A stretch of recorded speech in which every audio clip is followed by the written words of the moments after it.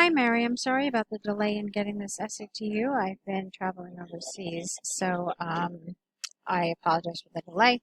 Let's take a look at what you have here. This is the one about traditional foods being replaced by fast food. Let's see what you wrote. The consumption of fast foods in most countries has grown in leaps and bounds. That's that expression, which has minimized the intake of home-cooked meals. I believe that the negative consequence of this trend is far-reaching on families, individuals, and society. This essay shall look into the reasons for my argument using research studies. All right, I like this. It's nice. Only thing that I want you to be careful about is just copying this section word for word from the prompt. Yes, you're going to talk about all three of those areas, but no, you don't want to, copy it directly from the prompt. So just be careful about that. Just some minor changes. I mean, you could have said something like as far is far-reaching on all levels of society. I mean, even that would have been okay. All right, so let's move on. To begin with, the processed food, not the processed foods, it's just processed foods without the. So to begin with, processed foods are highly unhealthy meals, thereby leading to numerous diseases. Since they contain amounts of calories and fats and low quantity of fiber and water, thereby providing little or no nutritional value to one's diet. Okay, this is not a full sentence. It's just a portion of a sentence. You probably should have just kept these two together in one sentence. But also, it's a little too much use of the word thereby. I just saw it twice in that one section. So just be careful because thereby is a word that really kind of sticks out in your head. So when you see it more than once, you definitely notice it, okay? Especially in such a short span of space here. So let's see. To begin with, processed foods are highly unhealthy meals, which lead to numerous diseases since they contain high amounts of calories and fats and low quantity of fiber and water, thereby providing little or no nutritional value. Full stop. I wouldn't even have said to one's diet. It's unnecessary. It's superfluous. You don't need it. Keep going a little further down.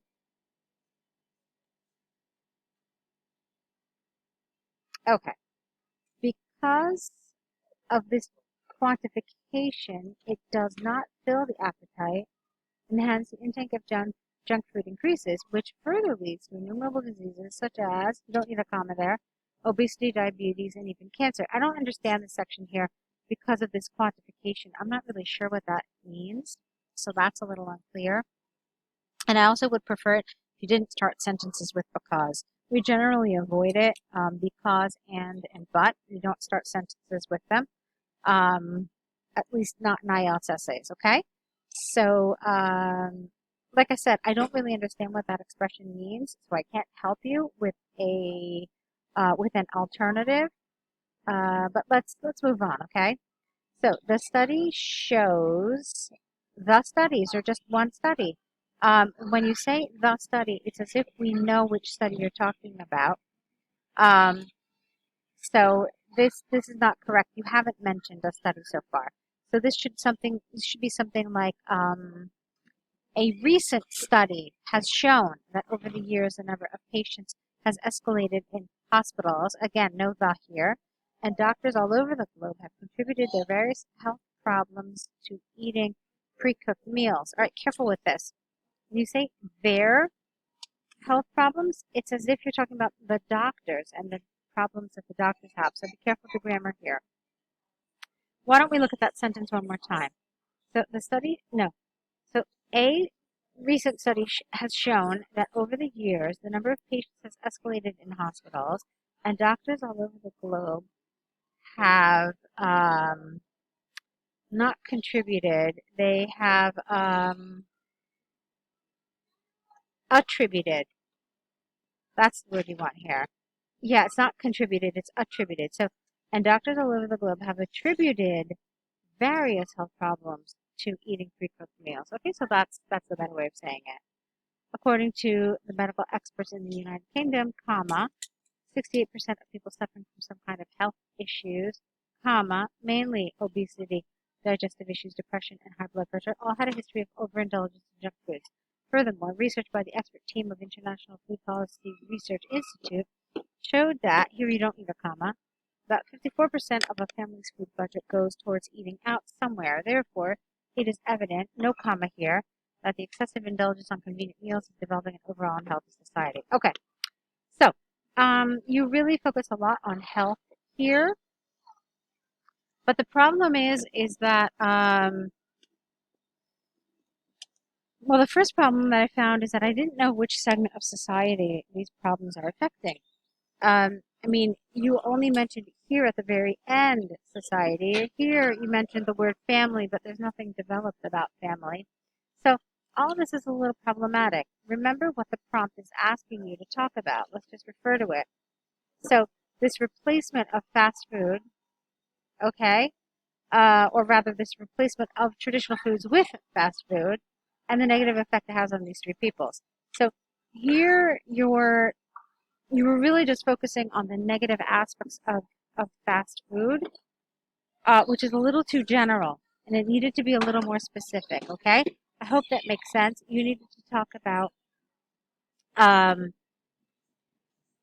how does it negatively affect families when they turn to fast food instead of traditional food? How does it negatively affect individuals? How does it negatively affect society? Okay? So let's see what you wrote in the next paragraph. Okay, on the other hand, home-cooked meals not only provide families with healthful, it should be healthy here actually, healthy and nutritious food, but also um, they bring who together? Let's see, let me look at it one more time. On the other hand, home-cooked meals not only provide families with healthy and nutritious food, but they also bring families together. Now, this isn't ideal because you said family and family, so I understand that you're trying to be cohesive here, but you can see that when I read it, it was a little confusing to me. So be a little careful with this. How could you have done this to be a little more clear? Let's see. On the other hand, home cooked meals uh, not only provide families with healthy and nutritious food, but these meals also bring uh, families together. It's okay. It's okay like that. It's all right. It doesn't bother me to use families twice. When a person decides to prepare meals on their own, they are choosing to live a healthy lifestyle, reaping the benefits of a nutritional diet. As per the National Bureau of Economic Research, approximately 85% of diet-related diseases are easily avoidable through healthy eating and doing some daily exercise. Eating at home also strengthens family relationships as it gives them a chance to sit and talk about their day, improving family ties. Studies show that the majority of individuals suffering from obesity and depression in America is due to the fact that they are not eating with their families at home and are generally eating out. Full stop here, or a semicolon would have been okay. This is in fact disrupting the family bonds too. According to National Bureau statistics, 33% of households shared meals more than twice per week, and about 50% of Americans' meals, careful. I think you mean S apostrophe, because this means one American person, okay? So we're eating outside. All right, careful. Outside means outside like in the fresh air. So you don't mean outside, you mean outside the home. So be a little more specific. This is clear evidence without the A here because evidence is uncountable of the extent of the harmful effects of the excessive indulgence of fast food. Wait, no. Of the extent of the harmful effects on the excessive indulgence. All right, this is a problem grammatically. Let's try it one more time, okay? This is clear evidence of the extent of the harmful effect excessive indulgence of fast foods can have on individuals, families, and on the community as a whole. All right, so um, I had a little problem with this paragraph. It's not really so much the grammar, even though you can see I did correct some grammar, but it's the central idea here. So you started talking about how wonderful these home cooked meals is, and I didn't think this was particularly relevant. it would have been okay to do that if you had done it a little differently. So in other words, if you had talked about the the negatives of this shift, okay, this shift towards um, fast food, and then you had talked about how, in contrast, uh, such and such negative effect does not happen with home cooked meals. It could have been okay, but it really felt for the vast majority of this paragraph that you were really talking about the virtues of home cooked meals, and I didn't think that was relevant because that's not what they asked you to talk about. They asked you to talk about the negatives, so the negative effect, and you had told us that you did think it was in fact negative. So for that, let's see. What did you say here? Yeah, look at this. Look in this part of the paragraph. Then all of a sudden you start talking about the negatives of people. So it was really rather strange. It's like, are you focusing on the positives of home cooked meals, or are you focusing on the negatives of eating fast food? So it didn't feel to me like it had a central idea, and you really do need to have one. This is very important to your coherence and cohesion score. So be aware of it and work on focusing on one main idea. One I don't want to say one main idea, that's not the word I want to use, but one central idea. Okay, you can have a couple of ideas that support that idea, but here you kind of shifted in different directions in this paragraph. Okay, so to conclude from the arguments and examples given above, I firmly believe that the increased, with a D here, usage of convenient foods in daily meals is having severe harmful effects on the masses with respect to their deteriorating health and weakening, you need another syllable on here, of family ties. Okay, fine. That was all right with a couple of little mistakes. So I think essentially what I want you to work on in this essay is, like I said, coherence and cohesion, making sure that you are focusing on one area of the task in each paragraph. So, in other words, the positive, or rather, the negative effects on individuals and families. And then in another paragraph, maybe the negative effects on society. Okay, but just the negative effects. So if you want to compare them in some way to traditional foods and how, this negative effect would not have occurred if we were eating traditional food, then that would have been very appropriate. But I thought that some of your development was a little lacking focus. Okay?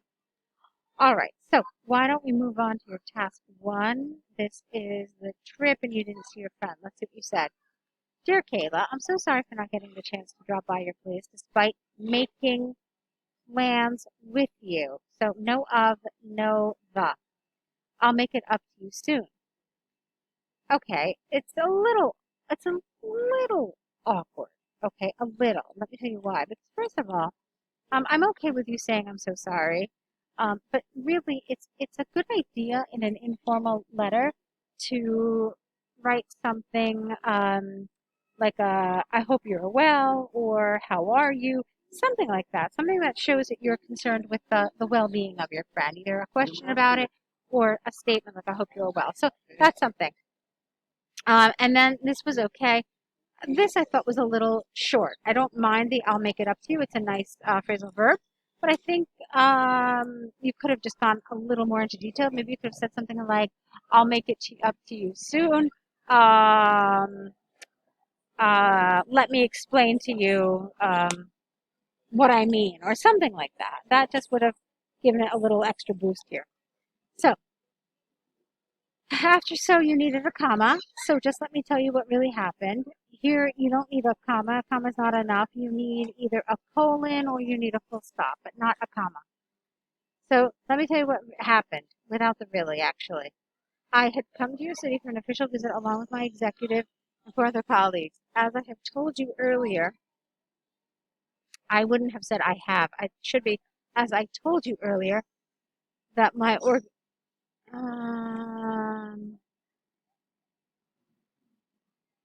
okay, you don't need the that here. Let's fix this. As I have told you earlier, comma, my organization arranges various workshops in different cities, which is the main theme of our project. As per the agenda we had received, we had to attend the seminar on the first day, and then on the second day, we had the freedom to do our own thing. As it's been ages since I saw you last, the only thing not in my mind, on my mind was to meet you. However, my boss arranged a meeting for us with the staff of different NGOs so that we could discuss their project concerns, and all of us had to call off our plans. I'm sure by now you would have understood my condition. Anyways, comma, my boss apologized without the had for this random change without the date and plans. Okay, that's fine. I do want you to be careful because I saw in 3 sentences here you started with as. So as I have told you, as per the agenda, as it's been ages. You want to show that you have a range of different linkers and different words that you can use. So try not to, you know, stick to such limited vocabulary. All right, let's, oops, what did I just do? I did something silly. Give me a second. Okay. So I'm so happy to inform you. All right, this is a little awkward because when you say to inform you, it almost makes me think like it's a little more formal. So you wouldn't say to a friend, "I'm so happy to inform you that my company's scheduling another workshop." So with a friend, we use different language. We would say, I'm so happy to tell you that my company is scheduling, or I'm so happy to let you know." But this, I'm so happy to inform you. Like I said, it feels a little formal. So I'm so happy to tell you that my company is scheduling another workshop in your city in 3 months' time, and it's a 3-day weekend in your city, which means I've got 2 entire days to spend with you. Hooray! I look forward to hearing from you, and I'm really excited for our next meetup. Don't forget to give my love to your mom. If you need anything from here, please do let me know. Even though I've picked up a few gifts for you and your mom, do tell me if there is anything in particular you want. All the best. All right, lowercase b here. I think I would have liked maybe something a little friendlier. All the best is, it's okay, but it seems like it's probably a little more appropriate for a semi-formal letter, not so much for an informal letter to your friend who you're excited to see. But other than that, I thought it was nice. Maybe you could have said like lots of love or your friend or um, I think one of those would have been great. Okay, so this is nice though. I like this. I thought it was a good letter. I thought you did well. Okay, so keep at it. You're doing great. And let's see what you write for us next time. Okay, good luck, Maryam.